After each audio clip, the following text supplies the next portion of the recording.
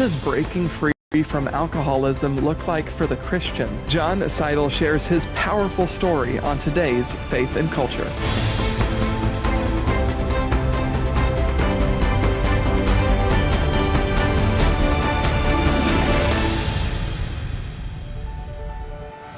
Welcome to this week's episode of Faith and Culture. I'm your host, Tre Goins-Phillips, and we're joined by our guest today, Jon Seidl. Jon, thanks for being here and coming on with us. Thanks for having me, Tre. Excited to be here. So you have a brand new book. It's called Confessions of a Christian Alcoholic. Tell us why you decided to write this book now. Well, the short answer is God told me to, and I lost an argument with him. Because listen, I mean, the truth is, like, this is something that, I went through that I thought, I'll talk to individual people if they have, a problem, but I'm not going public with this. But really, like Jacob, I wrestled with God and lost. And, the Lord made it very clear that I think there's a lot of people who struggle with secret addictions, and not just substance addictions, right, Tre? Like, they can be pride, they can be porn, whatever. And I think in the Christian community, we have a box for the alcoholics who become Christians, the porn stars, the porn addicts who become Christians, but we don't know what to do with the Christians who succumb to ongoing sin as well and become addicts. And I just really felt a burden to write something that was especially for them. And so that's really what the book is about. It's about my journey being the Christian who became an alcoholic and crawling back to Jesus and having that story of messy sanctification that I think a lot of us have but don't want to admit. And so that's why I wrote the book. You outline in the book when it comes to finding freedom and healing, there are 4 different steps, and one of them is that radical vulnerability that you talk about, and you definitely put it into practice in the book and in writing really a testimony of what has happened to you and how the Lord has redeemed those things in your life. So talk a bit about what hitting rock bottom was for you. Yeah, exactly. You talk about radical vulnerability. It's not a fun story, but the truth is that in 2021, I wrote a book on faith and mental health, and that book did well. It became a bestseller on Amazon, top 100 book on all of Amazon. But I thought I written that book after I thought I went through the hardest moment and period of my life. What I didn't realize is I was about to go through the hardest period of my life. And so fall of 2021, I lose a big client. I had my own business at the time. After my book came out, I hit a depression. Our mutual friend and CBN personality, Billy Hallowell, said, "Hey, be careful because you'll have some expectations for this book that won't be realized, and you can feel kind of like a letdown." And I didn't heed that advice. And sure enough, I felt a huge letdown after the book, even though it did well. And then fast forward to the spring, and my son was diagnosed with a tumor in his shin. And while that ended up being benign, that process was just, heart-wrenching. And so all of those things happen, and I just slowly, and there's a chapter in the book called The Slow Fade, where I just slowly started turning to alcohol more and more, because here's the truth, Tre. Alcohol is a good numbing agent, right? It does help you escape. I couldn't turn thoughts and feelings off in my mind. I didn't want to face these issues. And so alcohol does help you escape. And so I just started drinking more and more. A nightcap at 8 became, 2 or 3 drinks at 5. 5 became 5 o'clock somewhere. And, before I know it, I'm having 5, 6, 7 drinks a night until I don't feel the things I don't want to feel. And in 2023, my wife and I went on a trip to Miami. Very long story short that I get into in the book, but I get drunk one night after promising her I would not get drunk. I end up in the ocean alone, going to the bathroom out of, both ends. And I kind of have this moment of clarity of like, what has my life become? And, get up the next day, lie to my wife about it. But the Holy Spirit just is wrecking me and working on me. Finally admit it to her. And she says, "You know what, Jon? I don't want you to promise to never drink again. What I want you to do is I want you to get to the root of why. I want you to get to the root of why you can't sit with your thoughts and emotions, why things are so uncomfortable, why you can't find healthy coping mechanisms. And I'm like, can we just go to the not drinking part? Like, I'd rather do that, you know? Yeah. And yet that was the commitment I made. So I started seeing a Christian trauma therapist and really digging into, there are parts of ourselves, Trey, that we give over to God. And we say, Jesus, you can have this part of myself. And those parts of myself wrote a best-selling book on faith and mental health. But there are also parts of ourselves that are so wounded or hurt or traumatized that we don't want to look at them, let alone let Jesus into them, because then we have to face them and know that they're there, right? And so I'd walled off those parts of myself, and those unhealthy parts. When you face the hardest part of your life, you don't know what to do with them. You don't know what to do with those feelings and emotions. And I drank them away. And so that's what I dug into, like exposing all of those parts of myself to Jesus. And it wasn't easy. It wasn't fun.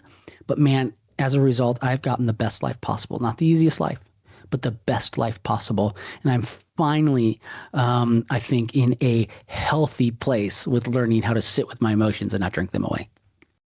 Jon, something you touched on there in that answer, and also that you unpack in the book, is that addiction is often really, it's a Band-Aid to treat a much deeper wound. So tell us about that moment of hitting rock bottom and then doing the work of kind of parsing, okay, what is alcohol treating? What am I using it as a solution for? And what are some of the root causes that I have maybe not identified or have identified, but have been too scared or uninterested in resolving?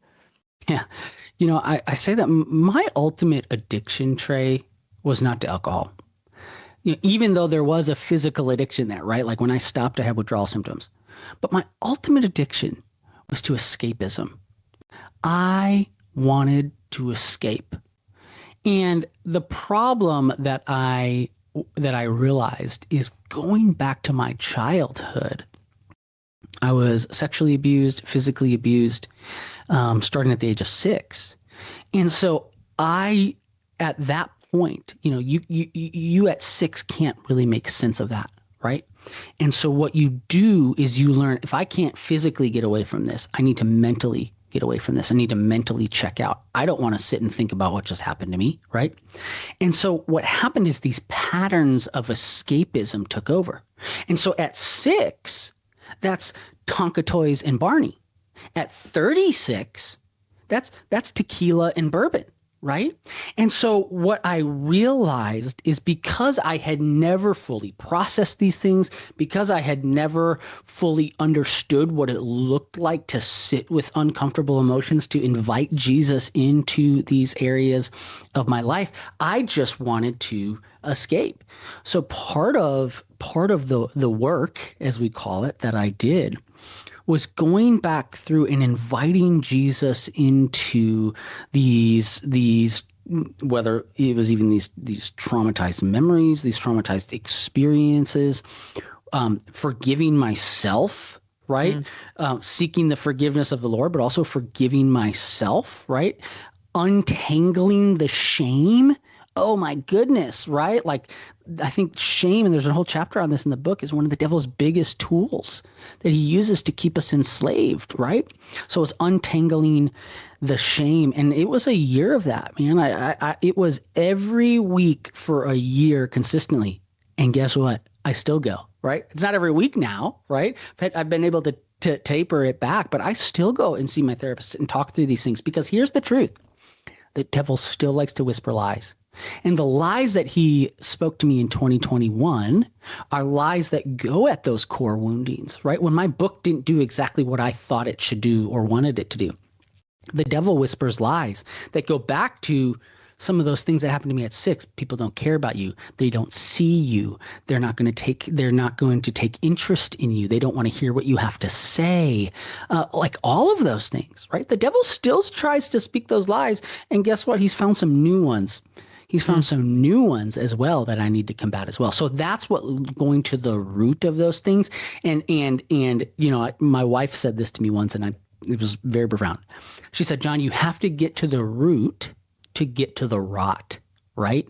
And so those roots ran deep, and they ran through layers, right? There was cultural layer, there was spiritual layer, there was mental layer, like all of these things. And I had to untangle those things and get to the root and get through those layers to realize, okay, what really needs to be healed. And once I did that, then I found freedom. Yeah, absolutely. That's all good stuff. And everybody, stick with us. We're going to fit in a quick break. We'll be right back with more faith and culture in our conversation with Jon Seidl.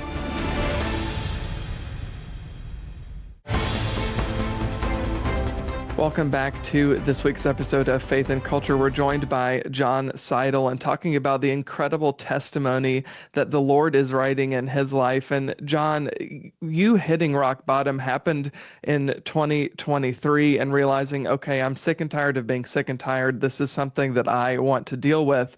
It's certainly your testimony and what God is doing in your life, but it's also a testimony of you and your wife and what the Lord is doing together with you as a family. So talk about the conversations that led you to y'all's decision to say, okay, I'm ready to share this testimony and share this radical vulnerability with the world. Yeah, it's interesting. I've realized, and Tre, I know that you're newly married, so I think you probably realize this by now, but that the Lord, one of the ways the Lord speaks to me is through my wife. Yeah. And she's a wise, incredible woman. And what happened is, as I got through the first kind of 9 months, if you will, of sobriety and digging into the roots of why I was drinking the way I was, one of the steps that I talk about in the book, and so the first half is memoir, the second part is practical guide. And one of those practical steps is abiding in Christ. And so as I was abiding with Christ one morning, and I journal and I write down, he told me, like, this is your next book. And I said, no way, it is not. But I just kept feeling that. And so I went to my wife one morning and I said, hey, this is going to sound crazy. I don't know what to do with this. I know it would be hard, not just for me, but for you. But I feel like the Lord is telling me I need to write this book. And he literally gave me the title that day, Confessions of a Christian Alcoholic. That was the title from the beginning. And she goes, I have to tell you, the Lord's been telling me the same thing, but I've been too afraid to tell you because I don't know if you're ready. And I'm like, well, I don't know if I'm ready either, right? But I think what we both realized is that there needs to be, like, healing happens when we talk about our woundings, right? And I think there's a lot of books that are written by people 5, 10, 15, 20 years in their sobriety journeys. But what I felt a really strong burden is to, when I started writing this, I mean, I was only a year, maybe a year and a half into my sobriety journey. And some people use that against me. They're like, well, this is too soon. And I'm like, maybe, but the Lord told me to do it. And I'm really convicted that there's something, I think, greater that you get when someone writes about their journey, having been so close to that rock bottom moment, right? Like, I'm like, listen, I can still taste the bourbon. I can still feel those emotions. I can still remember so much of what that was like. And you don't get that from someone 20 years down the road. Yeah. And so my wife and I both really felt convicted about, like, yeah, this is the time. It's going to be hard. And my wife got full veto power. There's only one thing she told me that she didn't feel comfortable with me putting in the book. But, other than that, like, I try to pack it full because I think, Tre, Revelation talks that we overcome by the blood of the Lamb and the word of our testimony. And I think there is something so powerful that when we see other people's stories, we realize we're not alone. And so I wanted to include as many details, not gratuitously, but as many details as possible so that people would say, oh, I'm not alone, or, oh, me too, right? And so that's where the heart behind the book, and especially writing it so close to my sobriety date. Yeah. Some people might see the title Christian Alcoholic, which you mentioned, as a bit controversial. So explain a bit about your motivation to use that phrase in particular. Yeah, I went back and forth on that, right? Because I think in one sense, I can say, one of the reasons I didn't do a traditional 12-step program like AA is because I didn't want to be boxed into being the alcoholic for the rest of my life, right? Yeah. And yet I write a book with that's in the title. And here's what I came to, Trey. Two things. One, it's a way to keep me humble, right? Like, I know that I am one series of decisions away from being that person again, right? The moment I think that I am cocky enough to think that my sin is not something that can creep back in is the moment it starts creeping back in. So that's the first reason. The second reason is because there's two people I look at in the Bible that really inspire me on this front. One of them is Paul and one of them is Matthew. And so if you look at Paul, he's constantly reminding people what a scumbag he was, right? And I use that term like he's like, no, you don't realize I persecuted Christians to the death. I stood by and watched and held the coats of those who stoned Stephen to death. You don't like Romans 7, he says, wretched man that I am, right? All the translations, Bible translations use the present tense. Paul looks at what he did and who he was, and I think Paul would say, I'm the Christian alcoholic. Yeah. I'm the one who did all that stuff, and I never want to forget it. And not only do I not want to forget it, I don't want you to forget it, because what I see in Jesus is that he works through people like me and you and us, and he takes those testimonies and weaknesses, and that's where he shines. And then the second person would be Matthew. And so Brennan Manning, who wrote the Ragamuffin Gospel, who was a very famous Christian alcoholic himself, he says, if you look at the Gospels, Mark, Luke, and John, whenever they talk about Matthew, they talk about Matthew, right? But Matthew, in his own gospel, when he talks about himself, he calls himself and calls out Matthew, the publican, Matthew, the tax collector, right? And you know this, Trey, but like tax collectors were bottom of the barrel. Like they were traitors. They were not only helping persecute their fellow person, but they were making money off of it, right? And so Matthew is always like, listen, you need to understand how low Jesus stooped to rescue me, right? And so when I use the term alcoholic, that's part of like what I'm trying to say is, no, you don't realize how bad it got that Jesus had to rescue me, not just once, but over and over and over again. Well, I mean, that's the story of the gospel from Genesis to Revelation. That's the story of Christ, of God redeeming us and us straying away and wandering away, and then having to be brought back to the main thing, which is fixing our hearts and our minds and our eyes on Christ. So yeah, I think that's a powerful reminder. Everybody stick with us. We're going to fit in another quick break. We'll be right back with more Faith and Culture.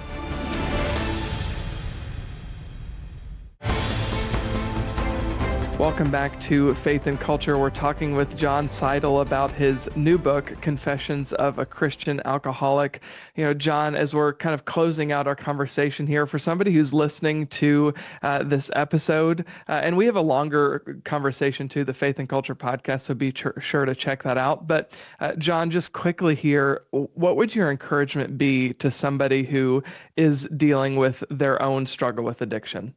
So I think the main point that I want people to take from this is that you do not stop sinning when you become a Christian, right? That sanctification, that process of becoming more like Jesus starts the day that you accept Jesus. I say, listen, salvation is a lifeline, but sanctification is a lifetime. And I think the devil wants us to heap shame on ourselves and say, no, you're supposed to be perfect. You're supposed to be perfect. Or you at least can't struggle with the big things. You can struggle with the little things, but you can't struggle with the big things. And listen, that's not an excuse. That's not like, Romans 6, Paul talks about this. That's not an excuse to abuse grace. You can't sin so grace abounds more. That's not what I'm talking about. But what I am talking about is the fact that like we are always constantly, John Owen, the Puritan preacher, said we need to be killing sin or sin will be killing us. And we will never run out of sins to kill, right? So my encouragement to people is understand that sanctification process makes room for what I call messy sanctification, right? And the truth is we are all addicted to something. And so I John Calvin said our hearts are idol factories, right? Yeah. We are always making idols in our hearts. And so the moment you take one off, another one's going to start to creep in. So my encouragement is don't get discouraged by the fact that you continue to have things to work on. That's the Christian life, right? And if it is one of those quote unquote big sins, is that God's grace is sufficient and it makes room for forgiveness for that. Does there need to be repentance, Trey? Absolutely, right? Could there be consequences for your actions? Yes, there could be, right? But the good news is that God's grace has covered it all. Yeah.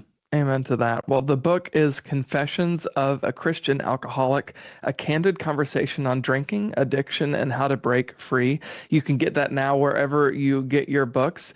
Jon Seidl, thank you so much for being here. Thanks so much, Trey.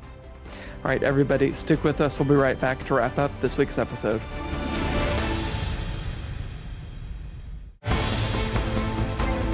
That is all the time we have for this week's Faith and Culture. If you want an extended version of our conversation with Jon Seidl, check out the Faith and Culture podcast. You can get that wherever you listen to your podcasts. Thank you so much for being here, and God bless you.